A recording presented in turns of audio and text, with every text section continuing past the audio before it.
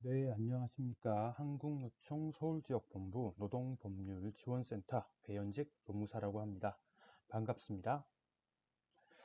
네, 올해도 어김없이 이렇게 유튜브로 우리 노총 식구들 만나게 됐는데요. 오늘 제가 해드릴 강의 주제는 우리 노동조합이 꼭 알아야 될 산재 신청 방법, 그리고 보상 종류, 어떻게 해야만 산재 신청을 했을 경우 산재로 인정을 받을 수 있는지 여부에 대해서 자세하게 설명을 드리도록 하겠습니다. 자, 우선 2022년부터 중대재해처벌법이 시행이 되었습니다. 이제는 사업장에서 중대산업재해가 발생했을 경우 경영 책임자 등을 직접적으로 처벌을 하겠다라는 내용의 법이 시행이 되었는데요. 기존의 산업안전보건법보다 더 강해진 법입니다. 처벌 수준이 우리가 생각하는 것 이상으로 규정이 되어 있는데요. 이제는 중대재해처벌법상 정해져 있는 의무사항을 이행하지 않은 상태에서 중대산업재해가 발생한 경우 경영 책임자에게 징역 1년 이상의 징역 또는 10억 원 이하의 벌금에 처한다라고 되어 있고, 법인인 경우에는 사망사고인 경우에 50억 이하의 벌금, 그 외 중대산업재해인 경우에는 10억 원 이하의 벌금에 처한다라는 규정을 하고 있습니다. 그래서 대한민국에 지금 사업을 영위하고 있는 대부분의 기업들이 더욱더 산업안전, 보건과 관련된 의무 이행을 위한 노력을 하고 있는데, 그럼에도 불구하고 아직까지는 업무상 사고나 질병이 굉장히 많이 발생하고 있습니다. 업무상 재해는 불완전한 상태와 불완전한 행동으로 인해서 발생하는데요. 아무리 불완전한 상태를 많이 개선하고 시정을 했다고 할지라도 근로자의 불완전한 행동으로 인해서 사고 혹은 질병이 발생할 수밖에 없습니다. 미국의 산업안전보건의 대부인 하인리라는 학자가 있습니다. 재해와 관련된 통계를 내봤는데, 불완전한 행동으로 발생한 건수가 건수와 불완전한 상태에 의해서 발생한 건수를 비교했을 때 9대 1 정도, 그러니까 불완전한 행동으로 발생한 경우가 90% 이상을 차지한다라는 통계 자료가 나왔습니다. 그렇기 때문에 사업장에서 아무리 안전보건과 관련된 최선의 노력을 다 한다고 해도 산업재해는 발생할 수밖에 없다는 겁니다. 그렇기 때문에 우리는 사고가 발생했을 때 적절한 보상을 어떻게 받을 수 있는지를 알아두고, 특히 조합 간부분들의 경우에는 우리 조합원이 아프거나 또 다치거나 했을 경우 어떤 식으로 도움을 줄 것인지, 그 내용을 오늘 자세하게 설명을 드리도록 하겠습니다. 오늘 말씀드릴 강의 목차는 이렇습니다. 일단 산업재해보상보험법은 어떤 것인지, 그리고 업무상 사고, 업무상 질병의 인정 기준, 그리고 종류에 대해서 말씀드리도록 하겠습니다. 자, 산업재해보상보험법이란 무엇인가? 자, 산업안전과 산재보상의 의미에 대해서 먼저 설명드리도록 하겠습니다.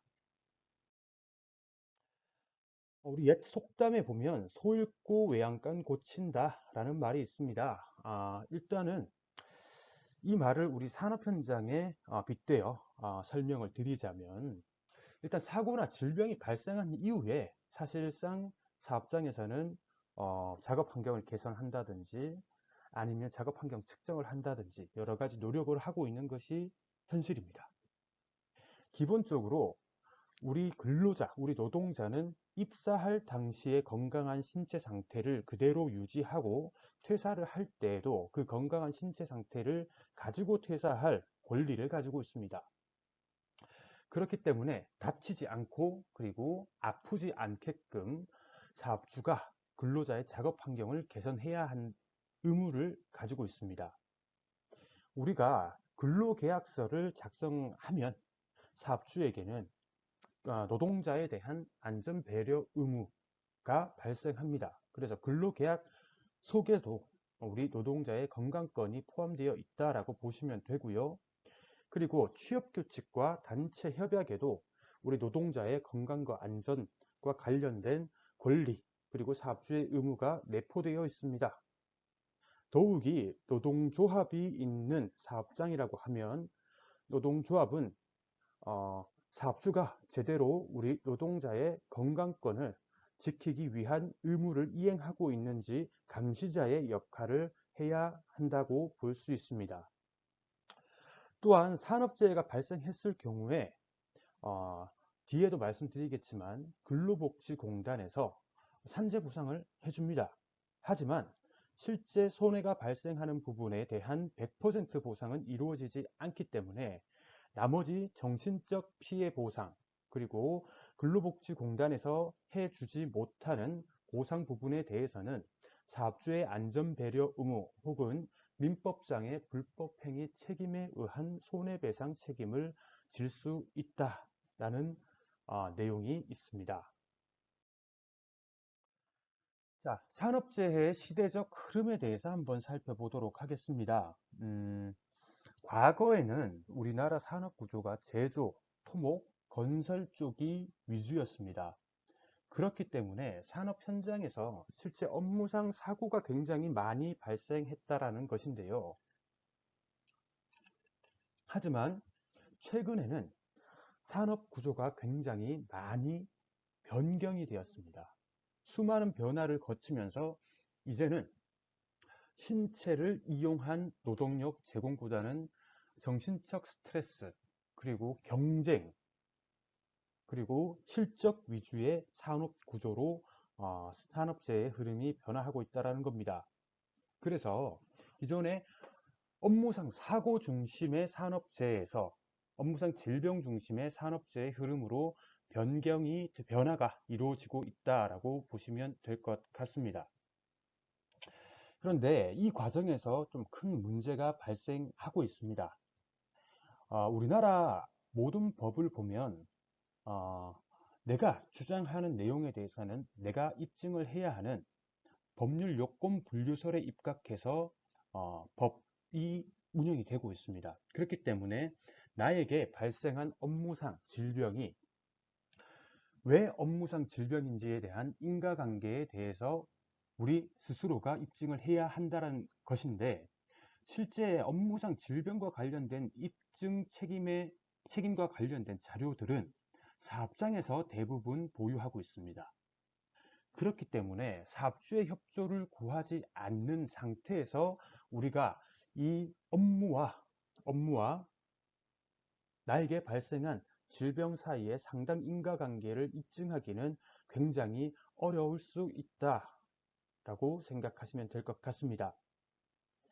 자, 새로운 유형의 직업성 질병들이 등장하고 있는데요.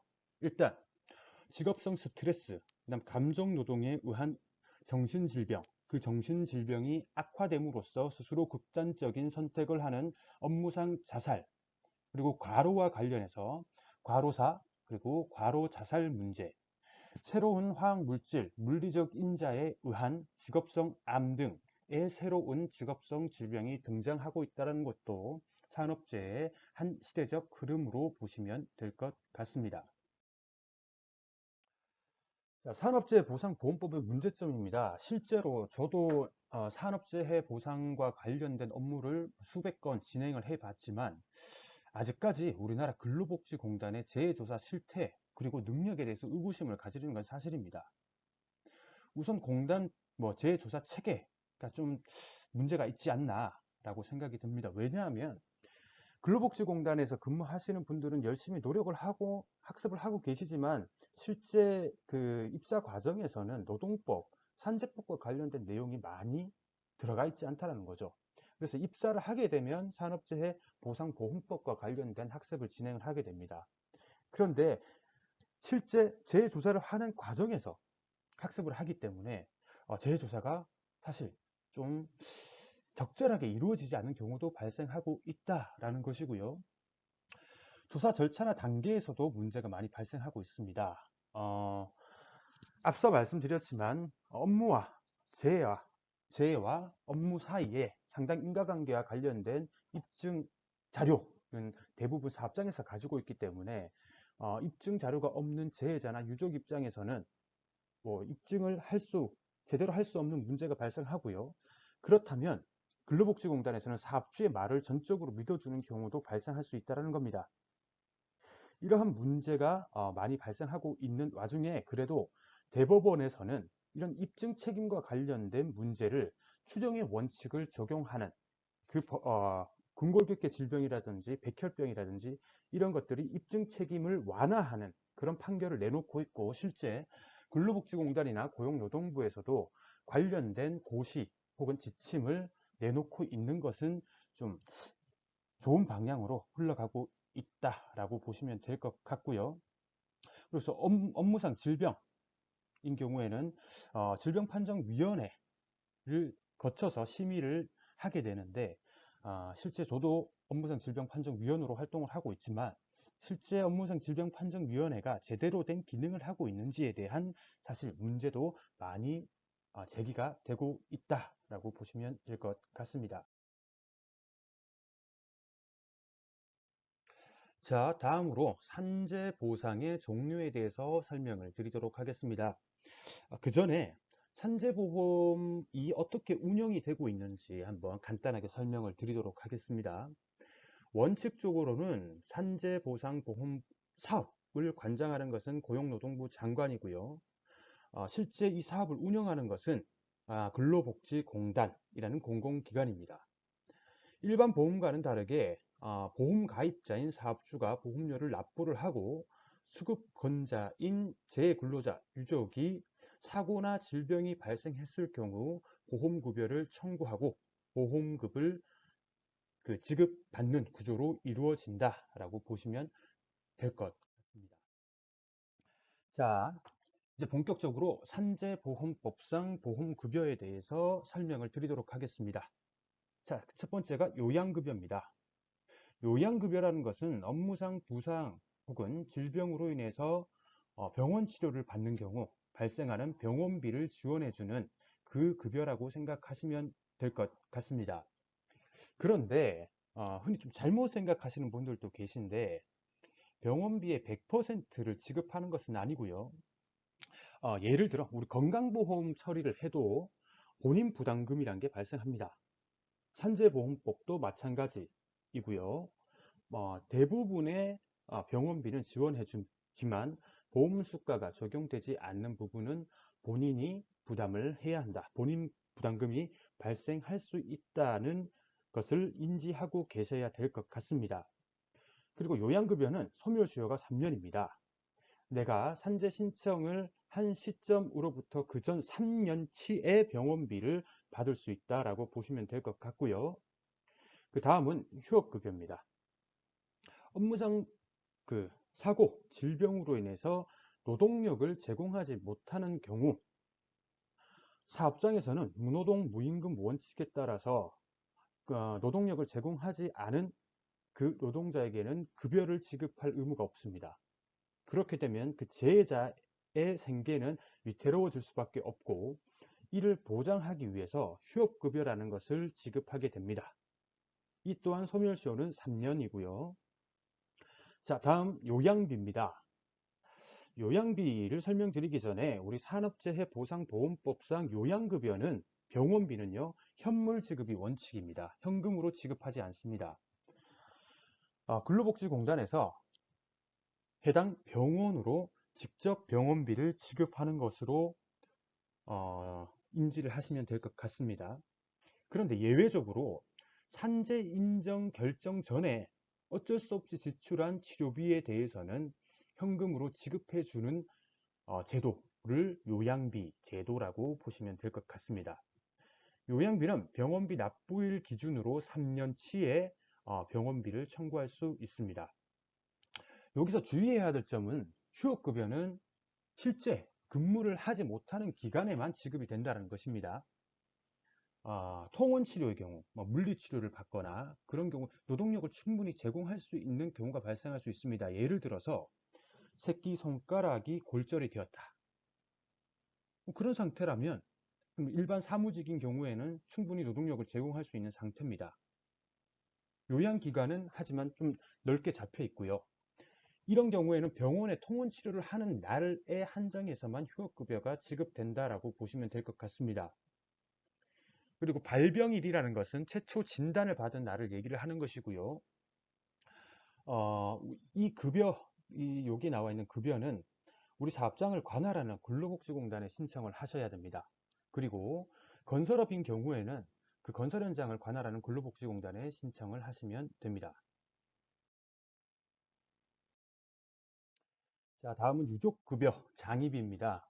업무상 사고나 질병으로 노동자가 사망했을 경우 유족의 생계를 보존하기 위해 지급되는 급여라고 보시면 될 것 같습니다. 첫 번째 유족급여입니다. 제자의 사망으로 인해서 유족의 생계비를 보장하는 제도를 얘기를 하는 것이고요. 앞서 말씀드린 요양급여, 휴업급여, 그리고 요양비와는 달리 소멸시효가 5년으로 설정이 되어 있습니다. 이것은 이제 최근에 법이 개정이 되면서 기존에는 소멸시효가 3년이었었는데 이제는 5년으로 연장이 됐다라고 보시면 될 것 같고요. 장입이 또한 제자의 사망으로 장제를 지낸 경우에 지급이 됩니다. 발병일로부터 5년의 소멸시효를 가지고 있고요. 유족급여인 경우에는 연금 일시금 제도를 선택할 수 있습니다. 단 100% 일시금은 연금 수급권자가 없는 경우에만 청구가 가능하고요. 신청 기한은 최초 진단일이 아닌 사망일을 기준으로 합니다. 어디에 신청을 해야 되냐? 이 또한 사업장 관할하는 근로복지공단에 신청하시고요. 건설업인 경우에는 건설 현장을 관할하는 근로복지공단에 신청을 하시면 됩니다. 자, 다음은 장애급여입니다. 우리가 업무상 사고나 질병으로 치료를 받게 되면 사고나 질병이 발생하기 이전의 신체 상태보다는 노동력이 저하될 수밖에 없습니다. 그래서 치유 상태, 더 이상 치료를 해도 호전되지 않는 상태, 보전 치료만 하는 그 시점이 되면 장애급여를 지급하게 됩니다. 치유라고 하는데요. 보전 치료를 하는 그 시점을 치유 상태라고 하는데 그 치유 상태 이후 노동력 상실에 대한 일시소득을 보전해주기 위해서 지급이 되고 소멸시효는 5년으로 되어 있습니다. 기산일은 치유 일로부터 5년으로 보시면 될 것 같고요. 이 장애급여를 받게 되면 요양급여, 휴업급여의 지급은 중단이 됩니다. 다만 휴유 증상이 발생할 수 있다라고 판단이 되는 경우에는 일정 부분 치료비, 재활 치료비, 약제비는 지원이 됩니다. 자, 다음 상병보상연금인데요. 요양이 시작된 지 2년이 지난 시점에도 호전되지 않는 경우 요건이 있습니다. 치유되지 않을 것, 계속 악화될 수 있는 위험이 있는 경우, 그리고 중증 요양 상태 등급이 1급에서 3급인 경우, 이 경우는 계속 병원에서 누워서 치료를 받고 있는 상태라고 보시면 될 것 같고요. 요양으로 인해서 취업을 하지 못할 경우 이렇게 되어 있습니다. 자, 상병보상연금은 장애급여와는 다르게 요양급여가 계속 지급이 된다라고 보시면 될 것 같고요. 주의점은 장애급여인 경우 1급에서 14급까지 구성이 되어 있습니다. 그리고 장애급여와 상병보상연금은 중복으로 지급이 불가하고요.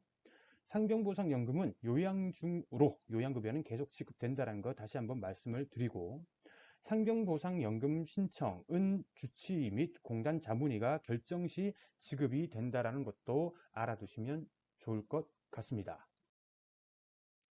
자, 다음으로 간병료입니다. 요양 중에 간병이 필요하다고 인정이 되는 경우에 간병료가 지급이 됩니다.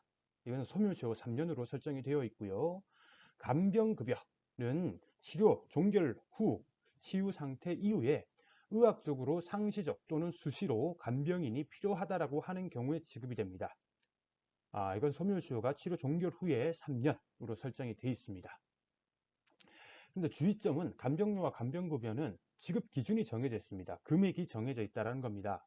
실비 모두 지급이 되지 않는다는 거 알아두시면 좋을 것 같고요. 가족이 간병을 하는 경우에도 간병료와 간병급여가 지급된다는 것도 알아두시면 좋을 것 같습니다. 자, 요양비 청구 시에 간병료는 함께 청구해야 된다는 점도 확인을 해 주시면 좋을 것 같습니다. 자, 다음 재요양과 추가 상병입니다. 재요양이라는 것은 치유 상태 이후에 사고 및 질병, 재해 당시의 사고 및 질병으로 인한 상태가 재발했을 경우 지급이 됩니다. 이것은 이제 소멸시효가 3년으로 정해져 있고요. 그래서 산재보험이 굉장히 좋은 이유가 그겁니다. 계속 재발을 하고 재발을 하고 재발을 해도 그것을 죽을 때까지 보상을 해준다라는 점이고요. 그럼 추가 상병입니다. 재해 당시 발견하지 못했던 상병이 있거나 아니면 휴유 증상이 발생했을 경우에 이 또한 보장을 해준다라는 것이고요.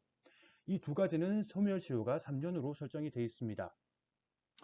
그리고 재요양인 경우에는 휴업급여가 또 별도로 지급이 될 수 있습니다. 치료비도 지급이 되고요. 그다음 장애급여를 받던 자가 재요양을 받고 또 상태가 악화되게 되면 장애 등급 재판정이 이루어져서 장애 등급이 높아질 수 있다는 점도 확인해 주시면 될 것 같습니다. 자, 다음 진폐인데요. 진폐란 우리 사람의 눈에 보이지 않는 미세먼지가 기관지로 들어가서 폐에 쌓이고 폐가 굳어지는 질병을 말합니다. 진폐로 인정하는 분진 작업은 총 25개고요. 예를 들어서 암석 작업, 광업, 공업, 시멘트, 유리섬유, 곡물 분쇄 등이 있습니다. 다른 일반적인 업무상 질병과는 다르게 공단 본부에 있는 진폐심사위원회에서 진폐의 업무상 인정 여부를 확인하고요. 보상 내용도 조금 다릅니다. 진폐보상연금이 지급이 되는데요. 일단 기초연금과 진폐장애연금 이 두 가지가 지급이 된다라고 보시면 될 것 같습니다. 그리고 진폐로 인해서 사망을 하게 되는 경우에는 진폐유족연금이 지급이 됩니다. 자, 산재법상 소멸시효에 대한 그 판례를 한번 살펴보도록 하겠습니다. 앞서 말씀드렸다시피 기존에는 모든 보험급여의 소멸시효가 3년으로 설정이 되어 있었습니다.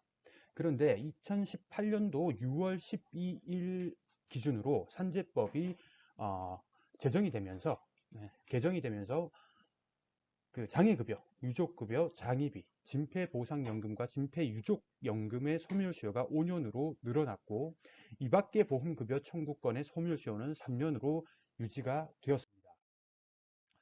그리고 소멸시효 중단에 대한 판례를 한번 살펴보겠습니다. 줄친 부분만 살펴보시면 될 것 같은데요. 일단 최초 청구에 대한 공단의 부지급 결정일이 일로부터 3년이 지나지 않았다면 산재 신청은 다시 할 수 있고요. 그리고 심사 및 재심사 청구는 민법상 재판상의 청구로 보기 때문에 심사 및 재심사 청구일은 다시 소멸시효가 중단이 된다라고 보시면 될 것 같습니다. 밑에 내용도 쭉 한번 읽어보시면 도움이 될 것 같습니다. 자, 다음으로 산재 청구 방법 그리고 절차에 대해서 설명을 드리도록 하겠습니다.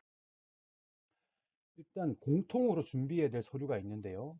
일단 근로계약서 그리고 임금과 관련된 서류.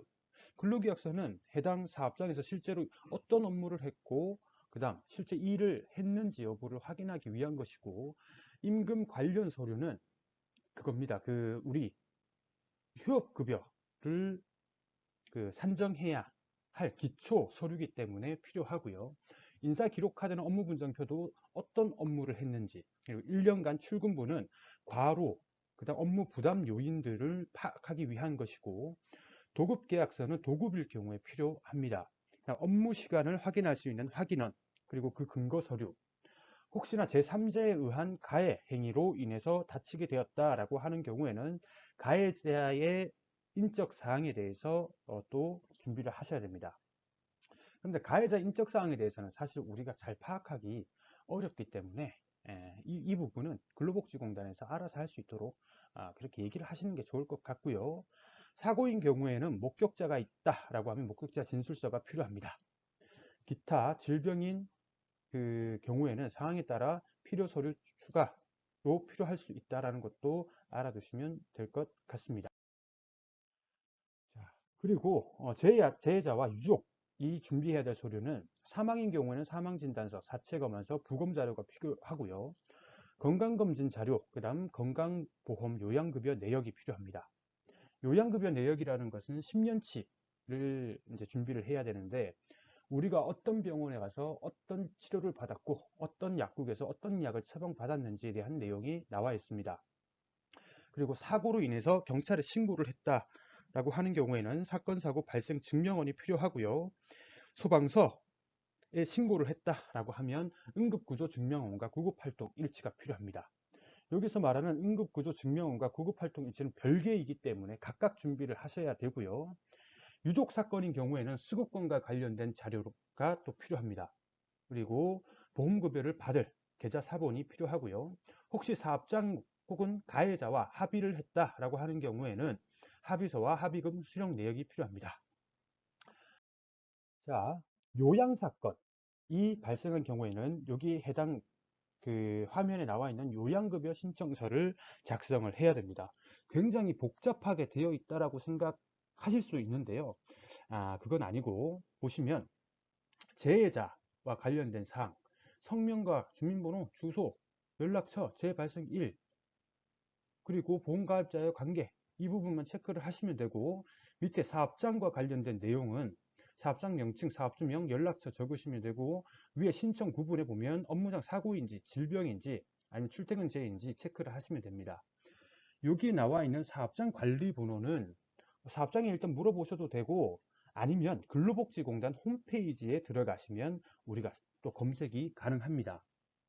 재발생 경위는 육하 원칙에 따라서 적으시면 되고, 업무상 사고인 경우에는 간단하게 적으시면 됩니다. 다만 업무상 질병인 경우에는 상당 인과관계를 입증할 수 있는 내용을 담아야 되기 때문에 별도의 이유서를 작성하거나 혹은 노무사 등 전문가에게 일단 상담을 받아보시고 신청을 하시는 것을 추천드립니다.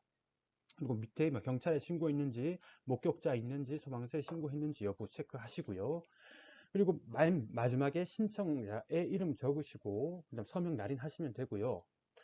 그다음 뭐 보상 받은 적 있는지, 이건 있는 그대로 적으시면 되고, 이제 개인정보 활용 동의 체크를 하시면 될 것 같습니다. 그리고 뒷페이지에 보시면 소견서가 있습니다. 소견서는 뭐 잘 적으실 필요는 없습니다. 어차피 주치의가 적은 소견서를 가지고, 그리고 의무 기록을 가지고 근로복지공단 자문의사가 또 한 번 이 소견을 확인하기 때문에 잘 적어 달라, 아니면 좀 잘 될 수 있도록 해달라, 이렇게 하실 필요가 없다는 겁니다. 이건 병원 가시면요, 병원 원무과에 산재 업무를 담당하시는 분이 있습니다. 우선 그분한테 먼저 가셔가지고 산재 신청하려고 하는데 소견서 받으러 왔습니다 라고 하면 이 서류를 주는 경우도 있고, 병원에 자체적으로 사용하고 있는 양식이 또 있을 수 있습니다. 그 양식을 이용해서 일단 의사분 나름대로 그냥 소견서 작성하시면 되고요. 중요한 건 오른쪽 페이지에 있는 의사의 서명 날인 받으시고 의료기관의 직인을 꼭 받으셔야 된다는 겁니다. 의료기관에 직인이 없는 경우에는 반려가 될 수 있기 때문에 꼭 유념해 주시기 바랍니다. 자, 유족급여입니다. 유족급여 신청은 별도의 소견서가 필요하지 않습니다. 사망진단서나 사체검안서, 부검 자료가 있기 때문에 별도로 필요가 없고, 마찬가지로 사업장 관련된 사항, 그리고 재해자 관련된 사항 이렇게 적으시고요. 그다음에 뭐 수령 계좌 이렇게 적으시고 제출을 하시면 될 것 같습니다. 자, 제출 기간은 우선 사업장을 관할하는 근로복지공단에 신청을 하시면 되고요. 건설업인 경우에는 건설 현장을 관할하는 근로복지공단에 신청을 하시면 됩니다. 그리고 최초 요양급여 신청, 그다음 유족급여 신청 이후에 재요양과 추가 상병 신청과 관련해서는 병원 관할 근로복지공단으로 신청을 하셔야 됩니다. 신청 방법은 뭐 필요 서류를 다 준비를 하시고 우편 혹은 팩스, 방문해서 접수를 하시는 방법이 있고요. 간단한 사고건인 경우에는 병원 원무과 산재 담당자가 신청을 대신 해주기 때문에 이를 활용하시면 됩니다. 다만 중요한 것은 업무상 질병인 경우에는 상당 인과관계를 입증해야 되기 때문에, 법률적, 의학적인 인과관계를 입증해야 되기 때문에 공인, 노무사 등 법률 전문가에게 위임을 하시는 것이 좋다라고 공고를 드리겠습니다. 사건을 접수하게 되면 최초 요양 사건인 경우에는 대부분 주임이나 대리, 과장급들의 담당자가 처리를 합니다. 그래서 뭐 주임급들이 만약에 사건을 처리하게 되면 사실 좀 어설픈 면이 있거든요. 그래서 우리가 사건 자료를 제출하거나 추정을 할 때 조금 더 부연 설명을 덧붙여서 제출을 하시는 것이 중요하고요. 유족 사건인 경우에는 차장, 부장급들의 담당자가 처리를 하기 때문에 굉장히 꼼꼼하고 또 연륜이 있기 때문에 어, 좀 자세하게 보는 편이다 라고 생각하시면 될 것 같습니다. 자, 산재 처리 절차는 이렇습니다. 일단 접수가 되면 제자 사업장 조사를 하고요. 그럼 추가 조사가 필요하다라고 하면 진행을 하고, 업무상 질병인 경우에는 질병판정위원회에 상정을 하게 됩니다. 그리고 심의 결과를 해당 그 공단 지사에 통보를 하고 승인이 되었다라고 하면 평균임금 산정, 그리고 당사자에게 통보를 하고 보험급여를 지급하는 것으로 마무리가 됩니다.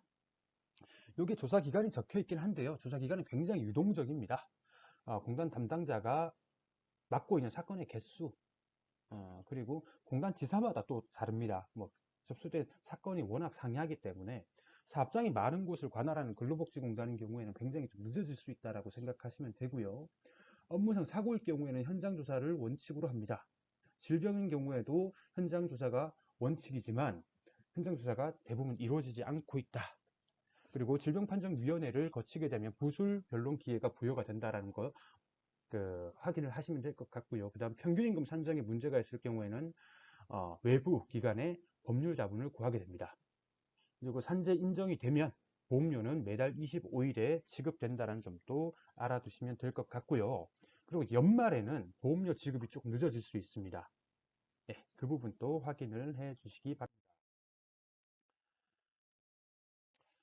우리가 최초 요양급여 신청을 하게 되면 소견서상에 그 통원 치료기간, 입원 치료기간이 적게끔 되어 있습니다. 만약에 인정이 되면 그 기간만 인정이 된다라고 보시면 되고요. 그 기간을 도과해서 또 치료가 필요하다라고 하면 별도의 요양기간 연장 신청이라는 걸 해야 됩니다. 이걸 실무적으로 진료계획서라고 하는데요.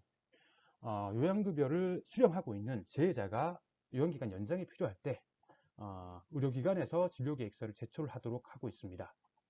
요양기간 만료일 7일 전에 제출을 해야 되고 공단은 보완 요청을 할 수가 있습니다. 요양기간은 3개월 단위로 일단 신청이 들어가고요. 진료계획서는 그 공단 자문의사에게 자문을 받아서 심사를 하게 되고 재해자와 의료기관에 통지를 하게 됩니다. 만약에 그 치료기간에 이의가 있다라고 하면 이의 신청도 가능하다는 점 알아두시면 좋을 것 같습니다.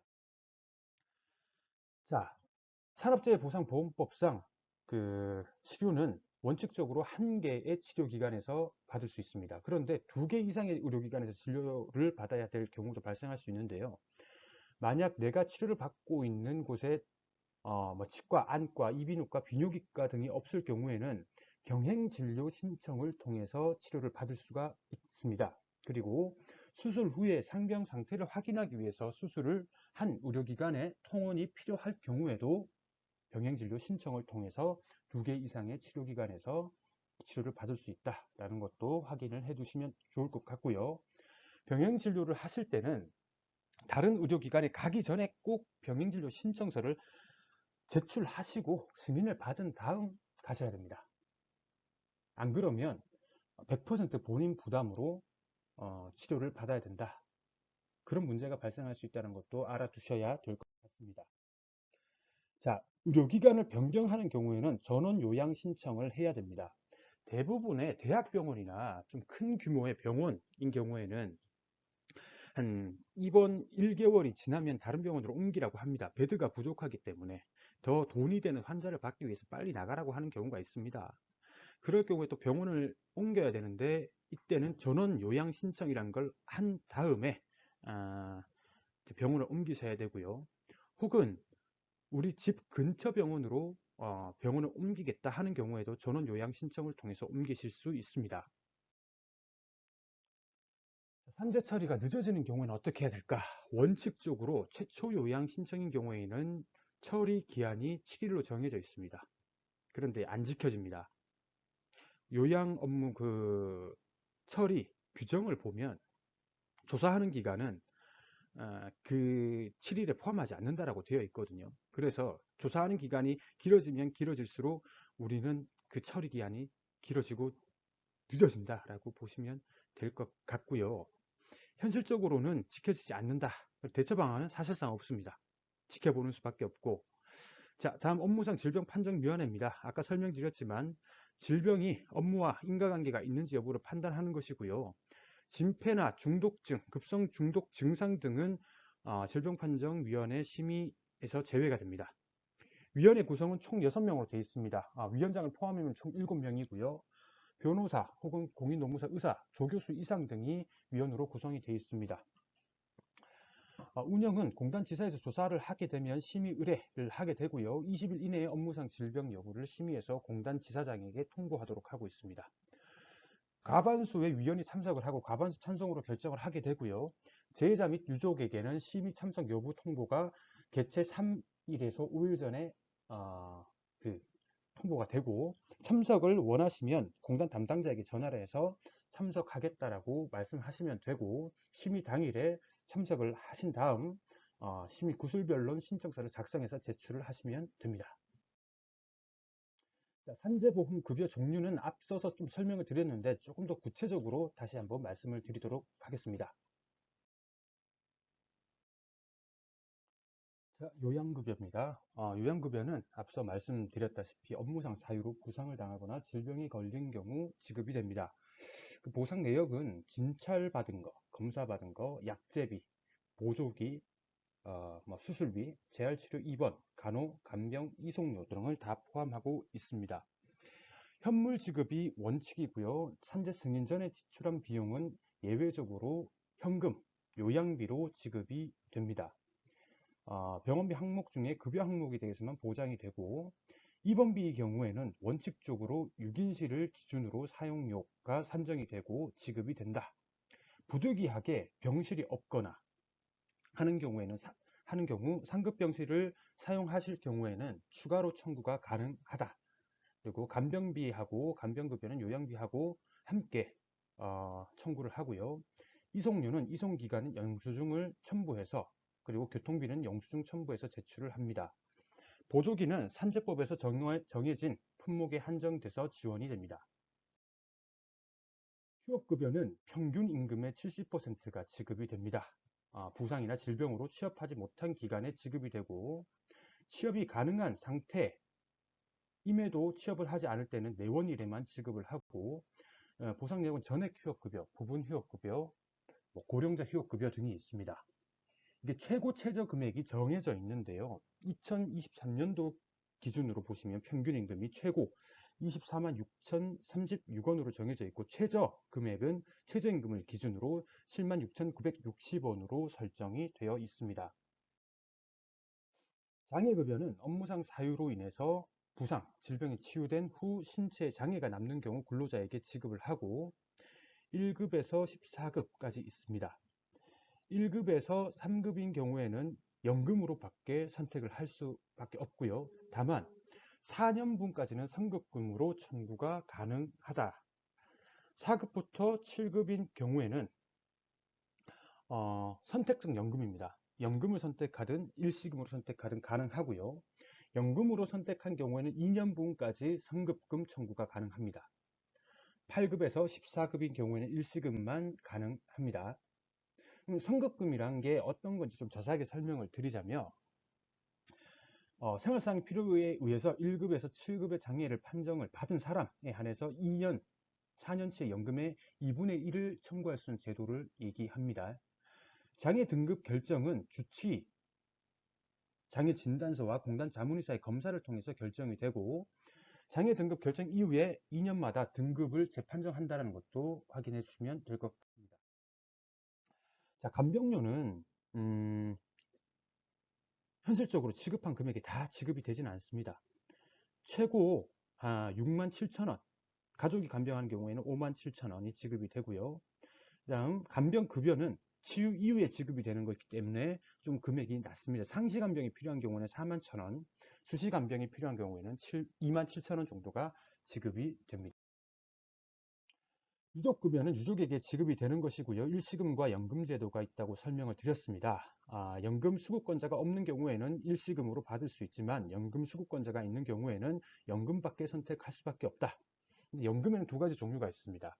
100% 연금, 그 다음 50% 연금, 50% 일시금 이렇게 있습니다.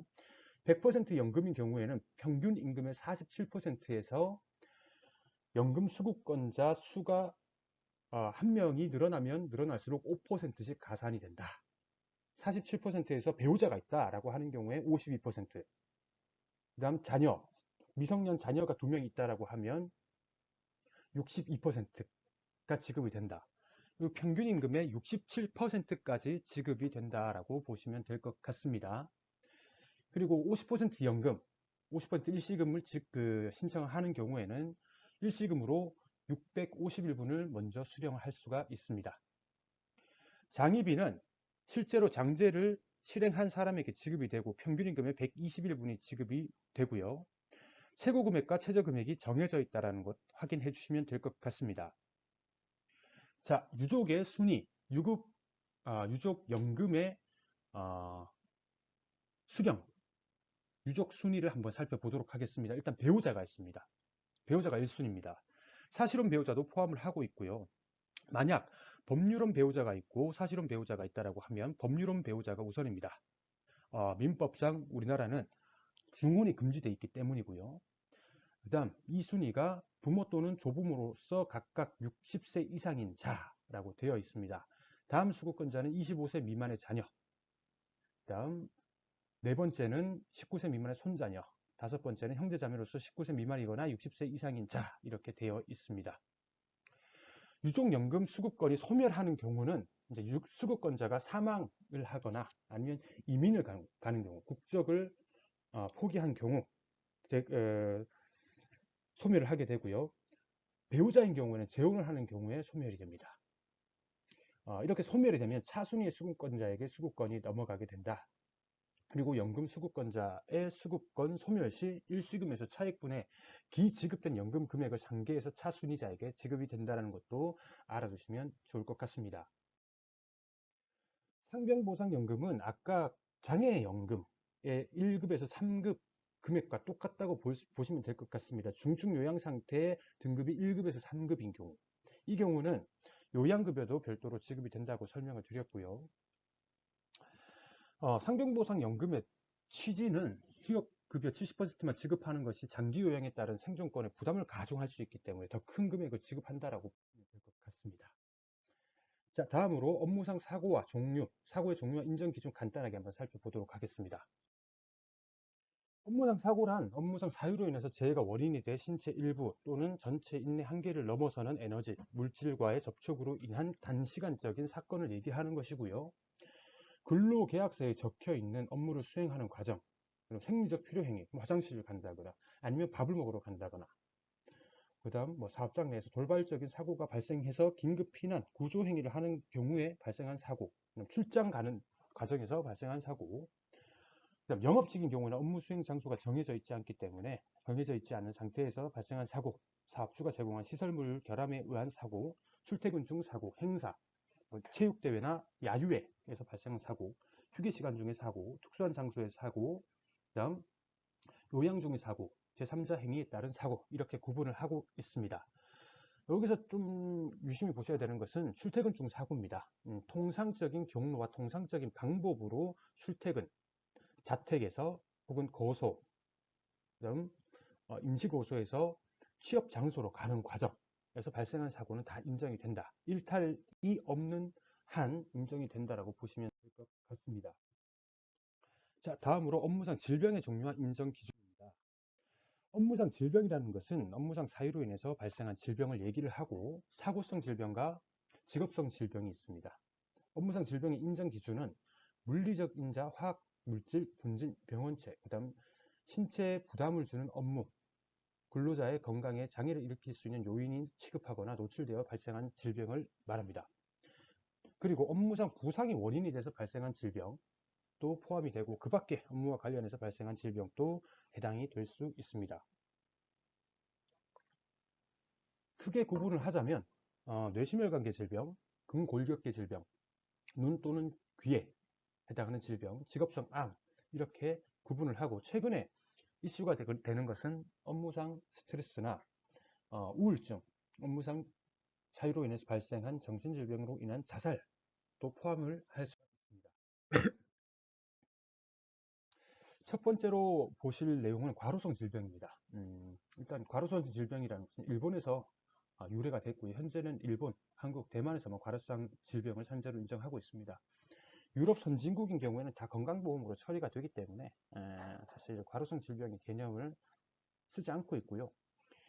과로사, 과로성 질병, 뇌심혈관계 질병은 업무상 과로나 스트레스 그리고 이것이 의학적, 법률적인 상당한 인과관계가 있는 질병을 말하고 있다라고 보시면 될 것 같습니다. 과로성 질병의 특징은요, 주로 뇌심혈관계 질병으로 발생하고 굉장히 심한 장애를 남긴다. 그리고 최근에는 젊은 연령층에서도 많이 발생한다라는 것이고 직종, 직업을 가리지 않고 모든 근로자에게 다 나타날 수 있다. 그리고 재해자뿐만 아니라 가족 전체에게 심각한 경제적인 고통이 수반이 될 수 있다는 겁니다. 그리고 인정과 불인정에 따른 사회적 혜택에 극심한 차이가 있다. 기존 질환이 원인이 돼서 나타날 수도 있기 때문에 이 또한 신경을 써야 된다라는 것입니다. 과로성 질병 발병의 구조적 또는 사회적 요인은 유전적 요인, 환경적 요인, 사회 경제적 요인 이렇게 세 가지로 구분을 할 수가 있고요. 좀 더 구체적으로 뇌심혈관계 질병의 종류를 살펴보도록 하겠습니다. 일단 뇌혈관 질환으로는 뇌출혈, 뇌혈관이 터지는 질병이고 어느 부위에 터지냐에 따라서 뇌실질 뇌출혈, 그 다음 지주막하출혈 구분을 하고요. 뇌혈관이 막히는 것은 뇌경색이라고 합니다. 심혈관에서 발생할 수 있는 질환은 심혈관이 막히는 심근경색을 말할 수 있고요. 그 다음 해리성 대동맥류, 대동맥이 터지는 질병을 말합니다. 대동맥이 터지기 때문에 출혈량이 엄청나서 사망 가능성이 굉장히 높은 질병이라고 보시면 될 것 같습니다. 기타 과로와 스트레스와 관련된 질병은 자살이나 외상성 스트레스 증후군이 있고요. 4인 이상 또 많습니다. 사체 검은사에 보면 대부분 4인 이상, 불명 이렇게 적힌 경우가 많은데 그겁니다. 의료기관이 아닌 장소에서 사망하게 되는 경우 사체 검안인이 사체를 보고 사망 원인을 추정해서 기재를 하기 때문에 4인 이상도 굉장히 많다. 자, 기초질병과 생활습관 요인은 이렇게 구분이 됩니다. 고혈압, 고지혈증, 당뇨, 그 다음 기형, 뇌기형이 있을 수 있고요. 가족력, 과거력, 생활습관 요인 이렇게 생각을 하시면 될 것 같습니다. 육체적 과로 요인으로 장시간 근무, 야간 근무, 교대 근무, 잦은 출장과 육체 노동, 장시간 운전, 휴일 등으로 구분을 할 수가 있고요.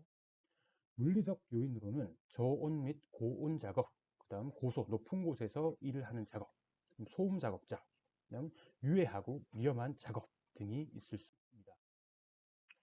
정신적인 스트레스 요인으로는 책임감이 많은 업무, 생소한 업무, 과도한 실적 부담, 그다음 실직 및 구조조정, 직장 내 괴롭힘, 그 다음 직장 내 성희롱 등이 문제가 될 수 있고 민원인에 대한 스트레스, 그다음 하청 업무, 원청이 행하는 갑질 이런 것도 있을 수 있습니다. 인정 기준은 급성가로, 단기가로, 만성가로 이렇게 크게 세 가지로 구분이 되고요. 급성가로는 24시간 이내에 돌발 사태가 있었는지, 예를 들어서 고객 또는 상사와의 언쟁, 싸움 등이 있을 수 있습니다. 단기가로는 재발생 직전 일주일간 평소의 업무량, 업무 시간에 비해서 30% 이상 증가한 경우를 얘기를 하는 것이고요. 만성적 과로는 재발생 직전 4주간 휴게 시간을 제외하고 휴일을 다 제외하고 실제로 근무한 시간이 일주 평균 64시간 이상이 되는지 혹은 12주간 일주 평균 60시간이 되는지 여부입니다.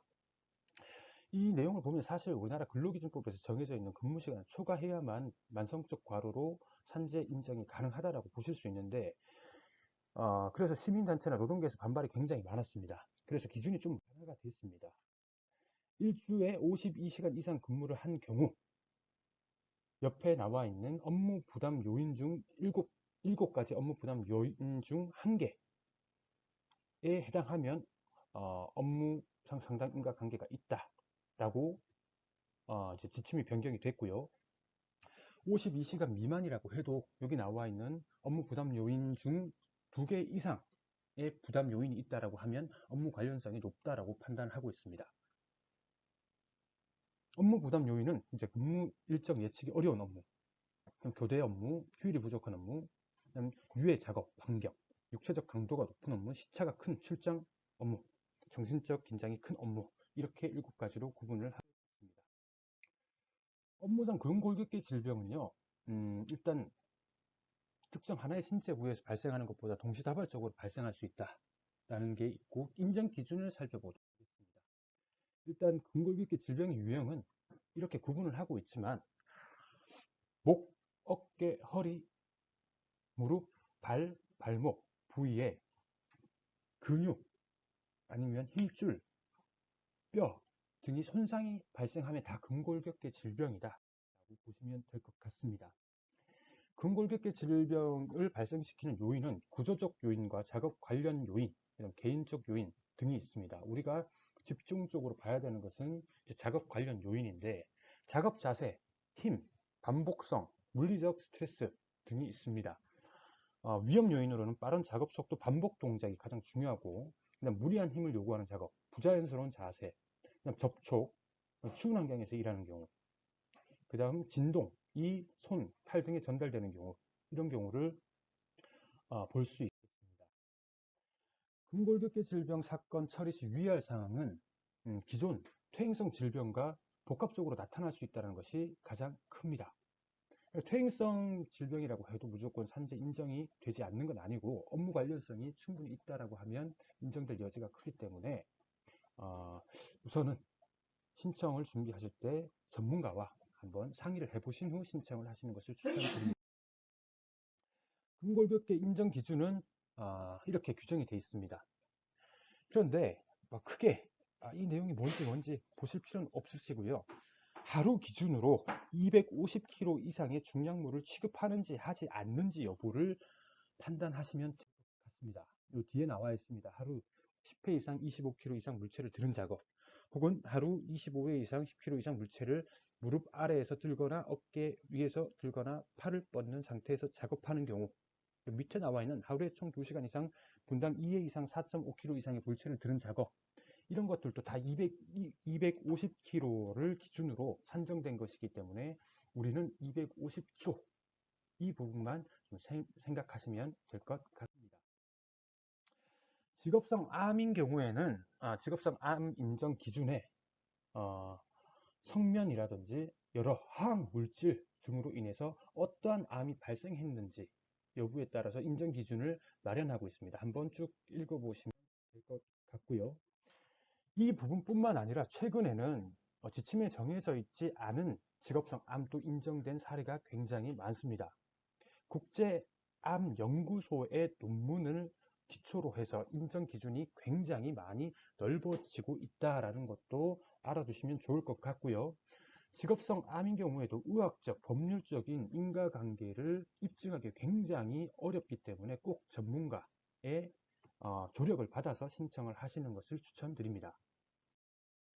자, 다음 정신질환인데요. 대부분의 대한민국에서 근무하시는 근로자분들은 다 정신질병에 노출된 가능성이 굉장히 많다. 특히 고객을 응대하는 직종에 계신 근로자분들은 오히려 일반 사무직보다 정신질병에 노출될 확률이 굉장히 크다. 그리고 직장 내 괴롭힘, 직장 내 성희롱, 고객 응대 근로자인 경우에는 우리가 흔히 감정노동자, 정신질병에 많이 노출될 수 있는 근로자라고 볼 수 있습니다. 산재법에는 정신질병과 업무 간의 상당 인과관계가 인정된다면 산업재해로 인정한다라고 되어 있고, 가장 중요한 건 자살과 산재와의 관계입니다. 원칙적으로 자해행위는 산재로 인정되지 않습니다. 다만 예외적으로 업무상 사유로 정신질병 진단을 받았고 치료를 받거나 받고 있는 사람이 자해행위를 한 경우, 업무상 재해로 요양 중인 사람이 정신적 이상 상태에서 자해행위를 한 경우에는 인정이 될 수 있다. 그리고 그 밖에 업무상 사유로 인해 정신 이상 상태에서 자해행위를 했다는 것이 의학적으로 인정되는 경우에 산재로 인정될 수 있다고 보시면 될 것 같습니다. 이 또한 사실 우리나라 사람이 정신과 질병 치료를 받지 않는 경우가 굉장히 많기 때문에 3호인 그 밖의 업무상 사유로 정신적 이상 상태가 발생했고 자해행위를 했다는 것이 의학적으로 인정되는 경우, 이 경우로 가지고 산재 신청을 할 수밖에 없기 때문에 전문가하고 상담을 좀 하시고요, 신청을 하시는 것을 추천드립니다. 소음성 난청, 눈질환, 호흡기계 질병, 신경계 질병, 림프 조혈기계 질병, 피부 질병, 간 질병, 이런 것들도 다 인정 기준이 마련되어 있다라고 알아두시는 게 좋을 것 같고요. 감염성 질병과 급성 중독 등도 인정 기준이 별도로 규정이 되어 있습니다. 자, 마지막으로 산재보험과 다른 보상과의 관계에 대해서 설명을 드리겠습니다. 자, 사업주와 합의를 하고 병원비나 아니면 임금을 받았다. 그러면 산재 신청을 못하는가? 산재 신청이 가능합니다. 하지만 산재보험급여는 이중보상이 금지되어 있기 때문에 사업주에게 받은 합의금은 공제하고 보험급여가 지급이 된다라고 보시면 될 것 같고요. 마찬가지 공상 처리를 했을 때 산재 처리가 불가능한가? 건설 현장인 경우에는 사실 산재 신청을 하면 입찰 시에 불이익이 많이 발생하기 때문에 공상 처리를 하는 경우가 굉장히 많습니다.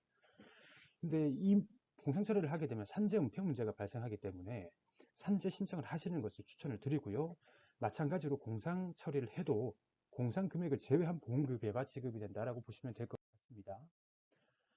산재 승인 이후에 사업주에게 따로 청구할 것이 있나? 자, 사업주는 모두에서 말씀드렸지만 근로자에 대한 안전배려 의무를 가지고 있습니다.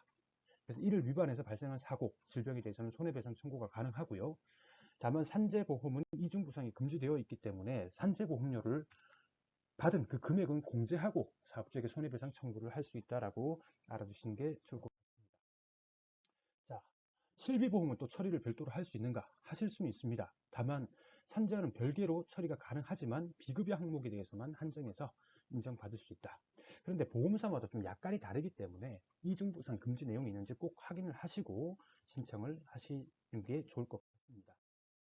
자, 재경위서를 만약에 작성을 하게 되신다면 자, 당사자에 관한 사항, 재해 발생 경위, 그다음 기초 질병과 관련된 사항, 업무상 사고와 질병이 해당하는 인과관계에 대해서 이렇게 목자를 짜서 적으시는 것을 추천드립니다.